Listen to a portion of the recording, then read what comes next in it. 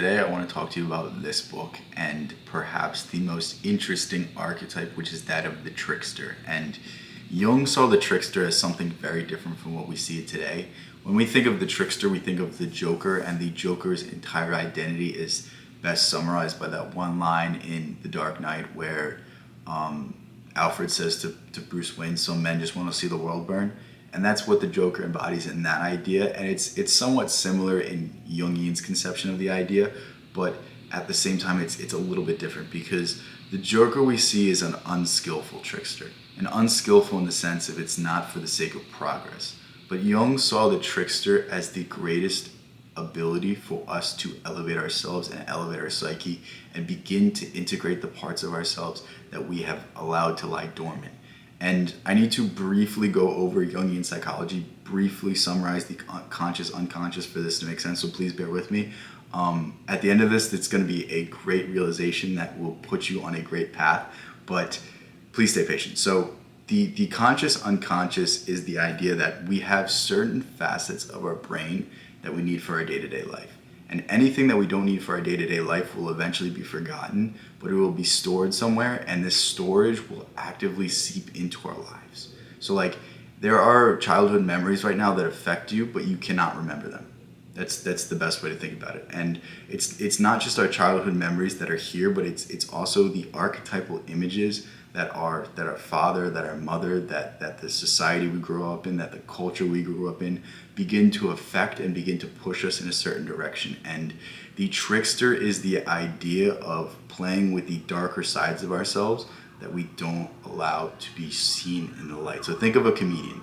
What a comedian does is a comedian talks about a subject that in another context would probably get them in a fight, would probably get them fired, would probably give them some sort of real world consequences, yet they do it in such a manner that is playful, that it's funny, and it brings a side of our unconscious, a side of our psyche to the light that we really can't get in our day-to-day lives. And this is why comedians will always be so important, and this is why comedians will always be so loved, because they talk about things that most people don't acknowledge themselves.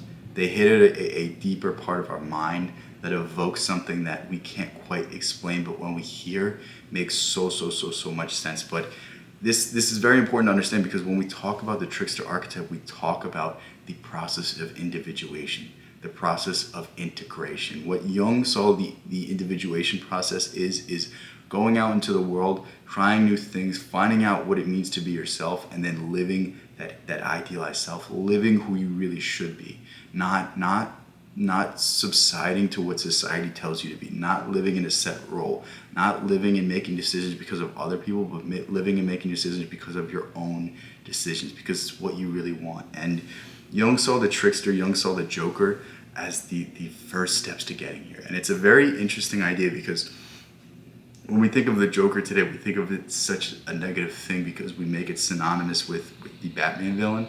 But what it really is you playing around with things, you not taking things so seriously, you understanding the darker elements of yourself and beginning to integrate them. So for many people are extremely creative, yet this world doesn't give any room for creativity. This world doesn't give any sort of outlet to those creative faculties. So many people find it through jokes. They find it through writing. They find it through any form of creative expression. Maybe it's fighting.